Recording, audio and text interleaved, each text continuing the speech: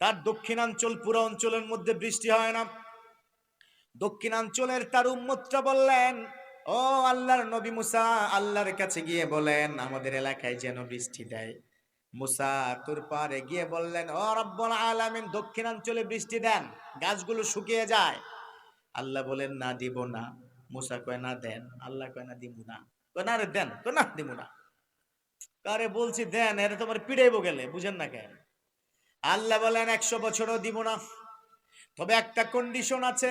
তুমি যাও দক্ষিণাঞ্চলের একটা বিশাল মাঠের মধ্যে যাও, সেখানে গিয়ে এলাকার আবাল বৃদ্ধ বনিতা নারী পুরুষ সবাইকে একসাথে করো, সবাই মিলে আমার কাছে হাত উঠাও, ওই মাঠের মধ্যে আমি আল্লাহ ঝুপ ঝুপ করে বৃষ্টি দিব।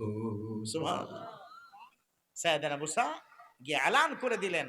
পরের দিন সবাই বিশাল মাঠের মধ্যে একত্রিত হলো, সবাই মিলে আল্লাহকে বললেন, আল্লাহ, আল্লাহ বৃষ্টি দেন, দয়া করেন। আমাদের এলাকায় যদি বৃষ্টি না দেন, গাছগুলো শুকিয়ে যায়, জমিনটা চৌচির হয়ে ফেটে যায়, মাছগুলো মরে যায়, মানুষগুলো অসুস্থ হয়ে যায়। আল্লাহ আপনি বৃষ্টি দেন। আল্লাহুম্মা জাআলনি মাতারান, আল্লাহ আপনি দয়া করে আমাদের এই বৃষ্টিটা কবুল করে নেন। আল্লাহ বৃষ্টি দেন, বৃষ্টি দেন, এভাবে বলছে। রব্বুল আলামিন এবার মুসাকে ডেকে বললেন, মুসা, ভেবেছিলাম বৃষ্টি দিব, আমি ওয়াদাও করেছিলাম, কিন্তু এই মাঠের মধ্যে এত জঘন্য একজন পাপী আছে, যে পাপী যদি এখান থেকে না উঠে যায় তাহলে কিন্তু আমি বৃষ্টি দেব না। এখন সাইয়েদনা মুসা নরম নাকি গরম? নরম না গরম? কম নাকি বেশি? মহা গরম। তো মাথায় নষ্ট, দাঁড়া এক তোর কুট্টাল বাম। কে আসোস? কুট্টাল বাম। কুট্টাল বাম বুঝেন তো? ময়মনসিংহের ভাষা কুট্টাল বাম। ও তোর হিডি মারিয়ালাম রে, খারা চলি যা। সাইয়েদনা মুসা চিৎকার করে বললেন, যাও, বের হয়ে যাও। কেমন ভয়ঙ্কর পাপী আছো, এত ভয়ঙ্কর অন্যায় করেছো, গুনাহ করেছো, এত বড় অপরাধ করেছো। আমার আল্লাহ যেখানে বলছেন ইন্নাল্লাহা ইয়াগফিরুল যুনুবা জামিআ, আল্লাহ সব গুনাহগুলো ক্ষমা করার ওয়াদা করেছেন, কিন্তু তুমি এমন একটা ভয়ঙ্কর গুনাহ করেছো, আল্লাহ বলেছেন তোমাকে ক্ষমা করব না। তোকে ক্ষমা নাই, তোকে বের হতে হবে, যা বের হ, এই মাঠ থেকে যা। কিন্তু ওখানে গুনাহগার ছিল কি ছিল না? আছে না নাই? গুনাহগার চিন্তা করলো, আমি যদি উঠে যাই তাহলে তো এলাকার মানুষ আমাকে চিহ্নিত করে রাখবে, আমার বাবা, আমার মা, আমার সন্তান কেউ পরিচয় দিবে না। তাহলে কি করি আমি? হঠাৎ করে মাথা নিচের দিকে 2 হাঁটুর মাঝখানে দিল, আর মনে মনে আল্লাহকে বলল, আল্লাহ, গোপনে গুনাহ করেছি, কেউ দেখে নাই। ও রব্বুল আলামিন, গোপনের গুনাহ গোপনে ক্ষমা করে দাও। তোমার সাথে ওয়াদা করছি আর জীবনে গুনাহ করব না। আল্লাহ, তুমি যদি আমাকে এত বড় অপমান করো, আমি যদি এখন দাঁড়াই, আমার পিতামাতা তেজ্য পুত্র করে আমাকে আর ঘরে ঢুকতে দিবে না। আমি যদি এখন দাঁড়াই, উঠে যাই, আমার সন্তানটা আমাকে আর বাবা বলে কোনোদিন ডাকবে না। আমি যদি এখন উঠে যাই, আমার স্ত্রী আর কখনো আমাকে স্বামী হিসাবে পরিচয় দিবে না। ও আল্লাহ, গোপনেই তো গুনাহ করেছি, কেউ তো দেখে নাই, গোপনের গুনাহটা দয়া করে ক্ষমা করে দাও। ও আল্লাহ, আমাকে অপমান করলে তোমার কি লাভ? তুমি তো কোরআনে বলেছো, ইন্নী জাইলুন ফিল আরদি খলিফা, তুমি তো আমাকে পাঠিয়েছো, দয়া করে বানাইছো, আবার অপমান করলে তোমার কি লাভ? আমাদেরকে বানানোর সময় ফেরেশতারা তো নিষেধ করছিল, তুমি কি বলেছিলা? ক্বালা ইন্নী আ'লামু মা লা তা'লামুন, তুমি চ্যালেঞ্জ করে বানিয়েছো, আমি গুনাহ করে ফেলেছি, দয়া করে গোপনের গুনাহগুলো গোপনে ক্ষমা করে দাও। আল্লাহ, অপমান কইরো না, আল্লাহ তোমার কি লাভ, মাফ করে দাও। 2 হাঁটুর মাঝখানে মাথা ঢুকিয়ে টপ টপ করে যখন তার চোখ থেকে পানিগুলো গালবে জমিনে পড়ার সাথে সাথে চুপ চুপ করে আকাশ থেকে বৃষ্টি পড়া শুরু হয়ে গেল। আল্লাহু আকবার, লিল্লাহি তাকবীর। সাইয়েদনা মুসা কয়, আই এম তো অবাক, আই এম তো কেমতে কি, আবে আল্লাহ করছে কি? আল্লাহ একটু আগে কইছিল, আল্লাহ আপনি তো কইছিলেন বৃষ্টি দিবেন না, এখন করছেন কি? কাহিনী কি? এবার রব্বুল আলামিন মুসাকে ডেকে ডেকে বলেন, ও মুসা, মুসা, আমার হাতে তো বানানো, আমার কুদরতি হাতে বানানো এই মানুষটা ও হয়তো পাপী। ও মুসা, তুমি তো জানো না পাপীদেরকে আমি বেকসুর খালাস করে দেই। পাপী যদি চোখের থেকে এক ফোঁটা পানি জমিতে পড়ার আগে তাকে আমি ক্ষমা করে দিই। আল্লাহু আকবার। বিশ্বনবী সেজন্য বলেছেন কুল্লুকুম খাত্তাউন ওয়া খায়রুল খাত্তাইনা আত-তাওয়াবুন। তোমরা সবাই পাপী, ইউ অল আর সিনার। তোমরা সবাই পাপী। আমরা সবাই পাপী না? আজকে সারাদিনে একটা গুনাহ করেন নাই, সাহস করে হাত উঠান। তার মানে সবাই গুনাহগার। উই অল আর সিনার। বিশ্বনবী বলেছেন তোমরা সবাই পাপী। খায়রুল খাত্তাইনা আত-তাওয়াবুন। আর তোমাদের মধ্যে সবচাইতে আল্লাহর প্রিয় পাপী সেই পাপীটাই, যেই পাপীটা এখন পাপ করেছে আবার এখন আল্লাহর কাছে তওবা চায়। আল্লাহু আকবার। এই যে তোমরা যুবক যারা আছো, 12টা পর্যন্ত কথা বলবা। কথা বলার শেষে গিয়ে আস্তাগফিরুল্লাহ পড়া 2 রাকাত নামাজ পড়ে তারপরে ঘুমাবা। পারবো তো ইনশাআল্লাহ? ও বাবা কই ইনশাআল্লাহ তো পাই। এই জন্য যখন ওই মানুষটা মুসার সামনে, সে তো আর দেখে না, 2 হাঁটুর মাঝখানে মাথাটা ঢুকিয়ে চোখের পানি টপ টপ করে ফেলছে। আল্লাহ কেন ক্ষমা করলেন? আল্লাহ বলছে ও তো আমার কাছে তওবা করেছে, ওকে আমি ক্ষমা না করে অপমান করলে আমার কি লাভ? ওর চোখের পানিতে আমার ক্রোধের আগুনটাকে আমি নিভিয়ে দিয়েছি। বলুন আল্লাহু আকবার। খালিকে মালিক আল্লাহ তুমি, তুমি রহমান, তুমি আমায় ক্ষমা করো, হুয়ে মেহেরবান। ও আল্লাহ হুয়ে দয়াবান। পাপী বান্দা মিনতি করে দরবারে তোমার, পাপের কালিমা মুছে দাও গো নিঃস্ব হে বান্দার।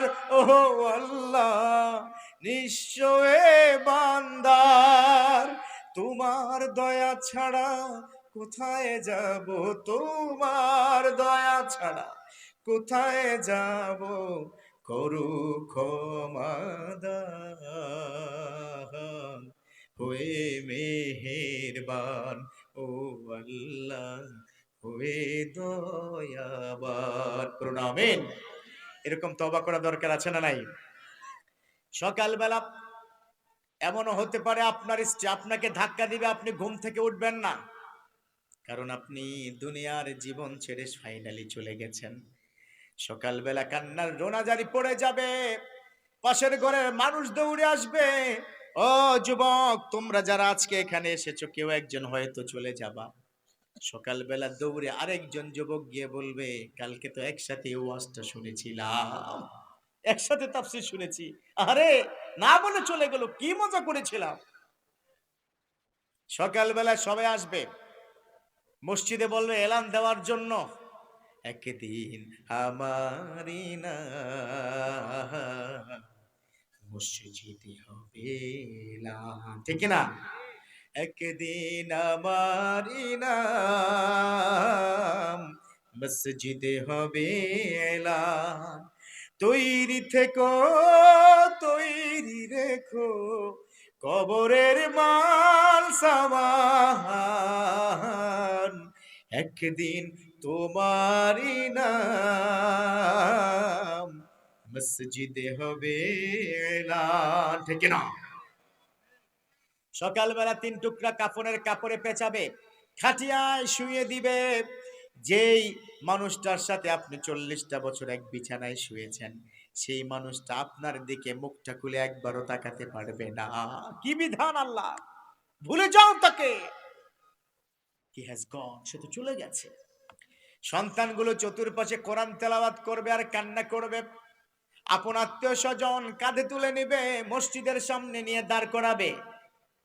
এবার জানাজার নামাজের জন্য বন্ধু বান্ধব, এলাকার আত্মীয় স্বজন, পাড়া প্রতিবেশী সবাই প্রস্তুত হয়ে কাতারবদ্ধ হয়ে দাঁড়িয়ে যাবে, ঠিক না?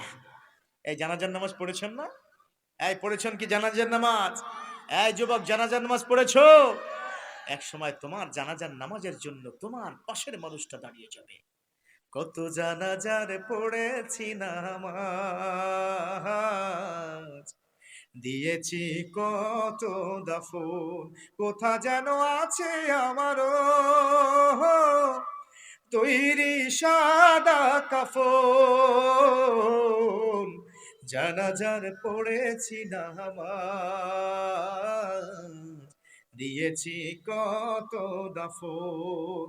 আমার তরি বাধায় আছে কোন শিখিয়া ঘাটে, কোন মসজিদে এলান হবে শোয়াবে শেষ ঘাটে, কোথা যেন থাকবে আমার আপন স্বজন, জানাজার পড়েছি নামাজ, দিয়েছি কত। আল্লাহু আকবার। সবাই চার তাকবীর দিয়ে আমাকে আপনাকে তোমাকে কাঁধে তুলে নিবে, কবরের কাছে নিয়ে যাবে। কবরের মধ্যে যখন শুইয়ে দিবে, মিনহা খালাকনাকুম ওয়া ফিহা নুঈদুকুম ওয়া মিনহা নুখরিজুকুম তারাতান উখরা। একজন একজন করে মাটি ফেলা শুরু করবে। ধীরে ধীরে কবরটা অন্ধকারের মতো হয়ে যাবে। সর্বশেষ যদি একটু আলো দেখা যায়, মুর্দার সেখানে শুয়ে বলবে, গুড বাই দুনিয়া, তোমার জমিনে আর কোনোদিন ফিরে আসবো না। অন্ধকার ঘরে কি করে থাকবো? আজকে এখানে সবগুলো লাইট যদি বন্ধ করা হয়, এই জায়গায় এত অন্ধকার হবে, আমরা ভয় পেয়ে যাব, ঠিক না? কিন্তু হাজার বছর লক্ষ বছর পর্যন্ত কবরে এখনো আদম সন্তান আছে, ঠিক না? কত অন্ধকার, কিভাবে থাকবেন? You have to mind it. You have to think more and more time. মুর্দার কান্দা কয়, জিন্দারে ভাই আজ বুঝি দিলাম মোরে সনমের বিদায়। পাহাড় সমান জমিদারি লইলাম না কো টাকা করি, পাহাড় সমান জমিদারি, পাহাড় সমান জমিদারি লইলাম না কো টাকা করি, খালি হাতে ফিরাই দেয় আমায় মুর্দার কান্দা কয়, জিন্দারে ভাই আজ বুঝি দিলাম মোরে জনমের বিদায়। আমার মাহারে কইও, আমার বাজানের কইও, একলাই আন্দার কবরে থাকবো কেমন করে রে, ওই নয় আন্দার কবরে থাকবো কেমন করে রে, আজ বুঝি দিলাম ওরে জনমের বিদায়। পাহাড় সমান জমিদারি লইলাম না কো টাকা করি, খালি হাতে ফিরাই দেয় আমায়, ঠিক না? এই যে হাজার হাজার কোটি টাকার মালিক বাংলার জমিনে ডান হাতে কামায়, বাম হাতে কামায়, টেন্ডারবাজি করে কামায়, মানুষের মাথায় বাড়ি দিয়ে কামায়। ওরা ভুলে গেছে কাফনের কিন্তু পকেট নাই, কথা বলো ঠিক না? ওরা মনে করেছে ওরা চিরস্থায়ী থাকবে, এই জন্য ব্যাংক লুট করেছে, 40,000 কোটি টাকার ঋণ খেলাপি, ক্লিন শেপ করেও কিন্তু দেশ থেকে ভাগতে পারে না। এই কথা বলো ঠিক না? ওকে বাংলার জমিনে সকল টেলিভিশনে লাইভ দেখিয়ে ওকে ফাঁসির মঞ্চে ঝুলাতে হবে, কথা বলো ঠিক না? কারা কারা প্রস্তুত আল্লাহকে দেখে দাও, লিল্লাহি তাকবীর। আচ্ছা, আমরা ভালো আছি না? এত টাকার কি প্রয়োজন আছে? এই টাকায় কি সুখ আছে? আমার খুব কাছের একজন মানুষ, তার সাথে থাকতো, সে বলতো সকালবেলা 2টা পাতলা রুটি 1 বাটি সবজি খায়, ওর কপালে খাওয়ার নাই। একটা মজার ঘটনা শুনাই। বিশাল মোটা 120 কেজি ওজনের একটা দামড়া ডাক্তারের কাছে গিয়ে বলতেছে, ডাক্তার সাহেব ওজন কমাইতে চাই, রুচি নাই, খাইতে পারি না। তো বলতেছে, কি অবস্থা, কি খান? ওটা কোয়েন না, সকালবেলা 1 ডজন মাত্র ডিম, সাথে আম্মার গত কালকের রাতের 1.5 কেজি চাইলের ভাত, এটা কোন রকম খায়, রুচি নাই ডাক্তার, খাইতে পারি না। তো ডাক্তার কয়, দামড়া কয় কি? মনে মনে কয় আর কি, কয় হাতিটা কয় কি? ওরা 5 জন দিয়ে কি পিটাইলে তো মরতো না। এখন যাই হোক, ডাক্তারের পর একটা প্রেসক্রিপশন কি লিখে দিছে, প্রেসক্রিপশনের মধ্যে লিখেছে সকালবেলা 2টা রুটি 1 বাটি সবজি, দুপুরবেলা সামান্য একটু ভাত একটু সবজি, কোনো তেল চর্বিযুক্ত খাবার নয়, রাত্রেবেলা 2টা রুটি 1 বাটি সবজি। তো মোটামুটি এই পাশে লিখছে ওষুধের নামটা, দামরা 120 কেজি ওটা। ডাক্তার দোকান থেকে বের হইয়া হঠাৎ করে মাথা আসলো, আল্লাহ, প্রেসক্রিপশন যেটা লেখলো এটা তো জিগাইতে মন নাই, কি সেটা? তো গিয়া কি বলতেছে যে সকালবেলা যেটা কি লিখে দিছেন 1 বাটি সবজি এবং 2টা রুটি, এটা কি খাবার আগে খাবো না পরে খাবো? মানে দামরার কি দিয়া পিটান দরকার? নোয়াখালীতে কি আছে, হিডি মারিয়া লাইতে? হ্যাঁ, কি আছে? লাডি হিডি মারিয়ালাম, কি কও? এরকম সুখ কিন্তু 1000 কোটি টাকায় নাই, সুখে আছে আমরা যারা মধ্যবিত্ত, নিম্ন মধ্যবিত্ত, আমরা সবাই সুখে আছি। কথা বলো ঠিক কিনা? Those of people are depends on daily basis income. They all are happy than the rich people. যারা দৈনিক আনে দৈনিক খায়, কষ্ট করে মানুষের জীবন চালায়, তারা 1000 কোটি টাকার মালিকের চাইতে লক্ষ কোটি গুণ ভালো আছে। কথা বলো ঠিক কিনা? ও ভালো থাকবে কি করে? ও তো মানুষের টাকা মেরে দিয়েছে, ও 3 মাসের গার্মেন্টস শ্রমিকদের টাকা মেরে দিয়েছে। কথা বলো ঠিক কিনা? ওর তো বউটা যায় গুলশানের ক্লাবে। কোথায় যায়? গুলশানের ক্লাবে। ছেলেটা খায় ইয়া বাবা, কি খায়? ইয়া বাবা, ইয়া বাবা, ইয়া দাদা, ইয়া নানা। কিন্তু আমার দেশের শ্রমিক দিনমজুর তারা কিন্তু তার সন্তানদেরকে নেককার সন্তান বানাতে চায়। কথা বলো ঠিক কিনা? এই জন্য সারাদিন কষ্ট করে 1000 টাকা ইনকাম করে একজন রিক্সা পুলার, একজন রিক্সাওয়ালা, ভ্যান ড্রাইভার, দিনমজুররা ইনকাম করে বাড়িতে নিয়ে বউকে বলে সুন্দর করে রান্না করো। ও সুন্দর করে রান্না করে রাত্রিবেলা খায়া একদম কাঁথা মুড়া দিয়ে এমন ভাবে ঘুম দেয়, নাকের শব্দ মনে পাশ দিয়ে ট্রাক যায়। এর মধ্যে সুখ আছে না নাই? এই জন্য অল্পতে সন্তুষ্টি থাকার কথা বলে দিয়েছেন একজন, তিনি কে? এই জন্য আমরা আল্লাহর কাছে যে ফিরে যাব এটা বিশ্বাস আছে তো? চলে গেছে না অনেকে? কার বাবা নাই হাত উঁচু করে দেখান। আমারও বাবা নাই। আহা, আপনারও বাবা নাই? আহা, কার মা নাই হাত উঁচু করে দেখান।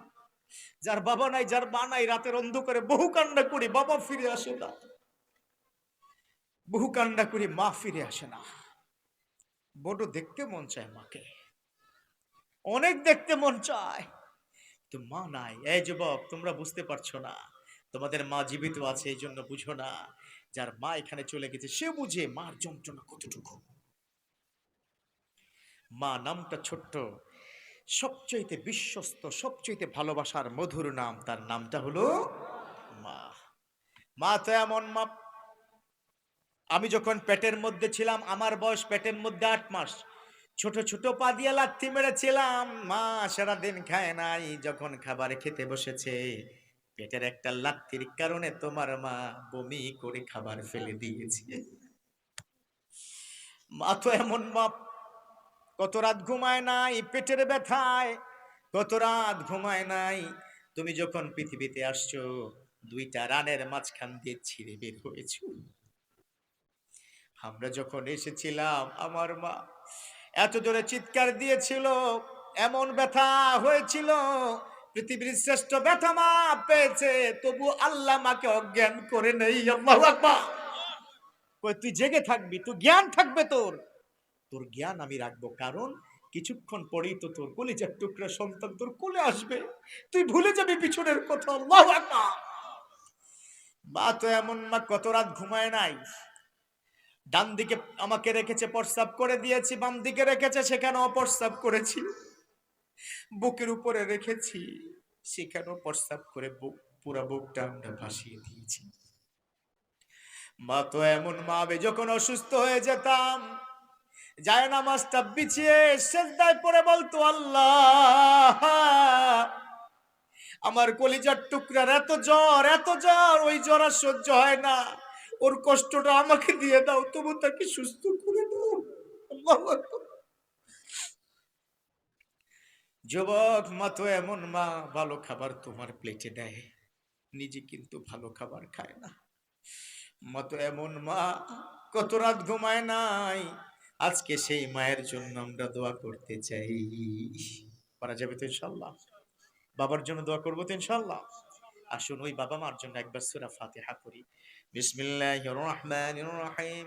আলহামদুলিল্লাহি রাব্বিল আলামিন আর রহমানির রহিম মালিকি ইয়াউমিদ্দিন ইয়্যাকা না'বুদু ওয়া ইয়্যাকা নাস্তাঈন ইহদিনাস সিরাতাল মুস্তাকিম সিরাতাল লাযীনা আন'আমতা আলাইহিম غير المغضوب عليهم ولا الضالين।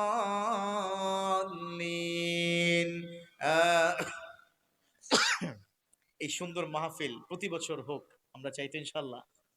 সবাই চাইতো? তাহলে এই সুন্দর মাহফিলের ক্ষেত্রে যারা সহযোগিতা করেছে, এই যে আপনার এই বাজারের মধ্যে ব্যবসায়ীরা কত যে ভালো, আমি শুনেছি খুব ভালো মানুষ, তারা তারা সহযোগিতা করেছে। বিদেশির প্রবাসী বন্ধু তারাও সহযোগিতা করেছে। মাঠে যারা ছিলেন বাড়িয়ে বাড়িয়ে তারা সহযোগিতা করেছে। শিক্ষক মণ্ডলী, চাকরিজীবী, সবার সহযোগিতা। এত সুন্দর মাহফিল আল্লাহ কবুল করে নিক, করুন আমিন।